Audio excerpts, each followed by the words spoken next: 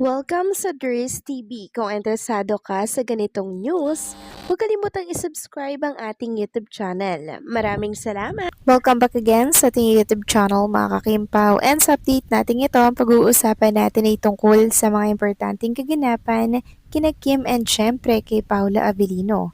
Pero bago po ang lahat, maraming salamat sa inyong patuloy na pagsuporta at pagsubaybay sa mga daily update natin.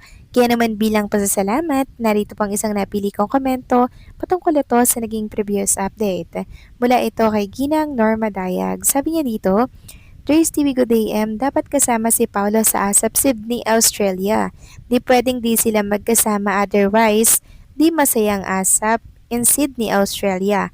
Sila lang naman ang most uploaded and most awaited couple in ASAP.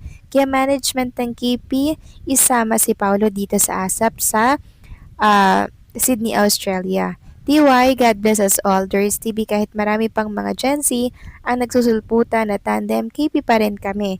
Iba ang charm nila. Mga Gen Z fans ay di problema if they don't view KP movie.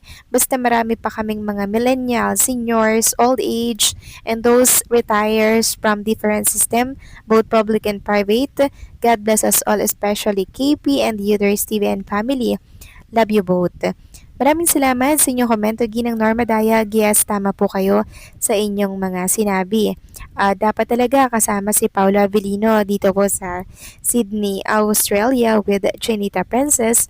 Dahil yan lamang talaga yung inaantay ng mga OFW natin sa Sydney, ang makasama at mapabilang dito sa ASAP, si Kim and si Paolo. Katunayan po niya, naninigurado talaga ang mga fans na present talaga si Kim and Paolo, tsaka lamang sila bibili ng ticket. So for sure, sold out yan sa oras po na official announcement ang gawin po mismo ng ASAP or ng TFC Sydney, Australia or ng ABS-CBN. Yan na lang po yung inaantay mga kakimpaw para bumili po sila. And hopefully ay isama nila dito si Paolo dahil hindi masaya pag walang Paolo or hindi buo ang Kimpaw. 'Di ba? Nakasanayan na kasi natin na pag may mga malalaking event, ito talaga yung inaabangan Kimpaw, mga kakimpaw. For sure, ang dami na namang mga placard, mga banner na ang nakalagay doon ay Kim Pao. 'Di ba? For sure, dadagsa na naman yung mga supporters ni Kim and Paolo sa Sydney, Australia sa oras na i-anunsyo na ang tungkol sa pagdagdag ni Paolo kasi for sure si Chinita Princess ay kasamang-kasama na Doon pa lang po sa detalye, sa description na yun yung inad si Chinita Princess. Kimchu na Kimchu. Kaya dapat may Paulo. So maraming salamat sa inyong komento, Ginang Norma Daya. God bless po sa inyo and mabuhay kayo. So eto na nga, pag-usapan na natin mga kakimpa, mga topic pa na nakalap natin sa update na to. At unahin na nga nating pag-usapan ang pagdududa ng ilang mga Kimpaw fans dito po sa magmamahala ni Kim and Paulo. Sabi kasi dito ni Mami Tats, hindi ba sapat ang nakikita sa Kimpaw? Bakit pagdududahan pa ang relasyon nila? So medyo naloka lang ako dito mga kakimpaw sa post na to kasi sa dami po ng pinapakita at patunayan ni Kim and Paolo, bakit may mga nagdududa ba pala sa relationship nila? Marahil ito yung mga fans na baguhan or bagong sulpot or usbong pa lamang na nagpapangirling kay Kim and Paolo. Kasi tayo mga kakimpaw, matagal na po tayong nakasubaybay sa tambalang Kimpaw and basang-basa na po natin yung mga galawan nilang dalawa na hindi po pang mag-friends lang, hindi lang po mag-coworkers lang or magtambalan or tandem mga kakimpaw. Kasi mas malalim pa dun yung nakikita at nararamdaman natin. Laging magkasama mga kakimpaw. Mapa-ibang bansa, mapa-jogging, sa lahat mga kakimpaw, lagi silang magkasama and very sweet. Wala nang dapat ipagduda sa kanilang dalawa. Marahil ito po yung mga baguhan po ng mga supporters, 'di ba? Na gusto agad umamin si Kim and Paolo. Pero kahit hindi na po umamin si Kim and Paolo, napakalinaw po ng relationship status nila mga kakimpaw. Wala nang dapat pang aminin kasi nagsusumigaw po ang kilos at galaw nila sa mundo po ng publiko. Samantalang next topic naman, pag-usapan naman natin ang tungkol dito sa panibagong revelasyon about sa family ni Paula Avellino. Sabi kasi dito sa post ni Mami Tats, wow, ang family ni Pau, gustong gusto daw nila si Kimi para kay Paulo. Yes, sino ba naman ang magulang ng lalaki na ayawan si Kimi, ang bait ni Kimi? So yun po yung bagong revelasyon mga kakimpaw about sa family ni Paolo. So sino ba namang pamilya nga ayaw dito kay Chinita Princess mga kakimpaw? Diyos ko, nasa kanya na po lahat.